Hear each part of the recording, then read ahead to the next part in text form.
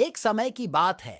जंगल में एक खुशमिजाज बंदर मिक्को एक सेब के पेड़ पे रहता था जो नदी किनारे बसा हुआ था। मिक्को अपने जीवन से खुश था।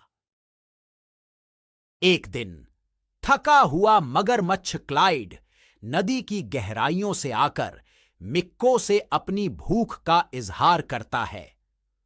उदार बंदर मिक्को बिना सोचे समझे उसे कुछ सेब देता है और इस अनोखे दोस्ती की शुरुआत हुई।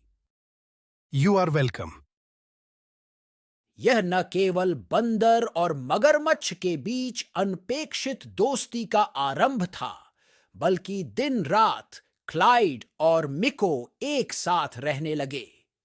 वे सेब के पेड़ के नीचे बैठकर गुलाबी सेबों को बांटते और बातचीत का आनंद लेते रहते थे। मिको, तुम वाकई बहुत शानदार हो। मेरी पत्नी नदी के उस पार रहती है और तुम्हारे स्वादिष्ट गुलाबी सेब उसको भी बहुत पसंद आते हैं। क्लाइड, यह सुनकर मुझे बहुत खुशी हुई। दोस्तों के बीच हमेशा एक दूसरे का ख्याल रखा जाता है ना। हालांकि जैसे ही उनकी दोस्ती में बढ़ोतरी हो रही थी, क्लाइड की पत्नी क्लारा में जलन होने लगी। धीरे धीरे क्लारा का जलन गुस्से में बदल गया। गुस्से से भरी हुई और अपने पति की दोस्ती पर संदेह करते हुए वह मिको को अपने पास बुलाने लगी, कहती हुई कि उसकी रहस्यमय बीमारी का इलाज केवल बंदर के दिल को खाकर ही हो सकता है।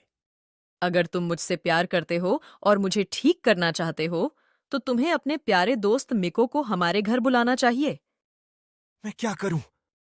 मगरमच्छ ने अपनी पत्नी पर विश्वास कर लिया था, लेकिन उसके दोस्त को किसी भी रूप में हानि पहुंचाने का विचार उसे बहुत दुखी कर रहा था। उसे अपने मित्र को कोई नुकसान नहीं पहुंचाना था। साथ ही उसे अपनी पत्नी की मौत भी नहीं चाहिए थी। मेरी पत्नी तुमसे मिलना चाहती है। उसे लगता है कि हमारी दोस्ती संभव नहीं है। क्या तुम हमारे किनारे आ सकते हो? मीको जाल में फंस गया था और उसने क्लाइड के साथ बाहर निकला। जब वे नदी को पार कर रहे थे, तो क्लाइड झटका खाने लगा, जिससे क्लारा की चालबाजी की योजना सामने आई। मुझे माफ करना, लेकिन मेरी पत्नी तुम्हारा दिल अपनाकर अपनी बीमारी का इलाज करवाना चाहती है।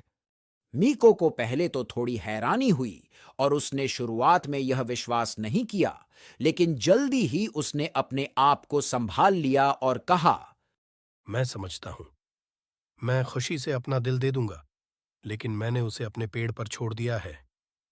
चलो जल्दी से वापस जाते हैं ताकि मैं उसे ले आ सकूं।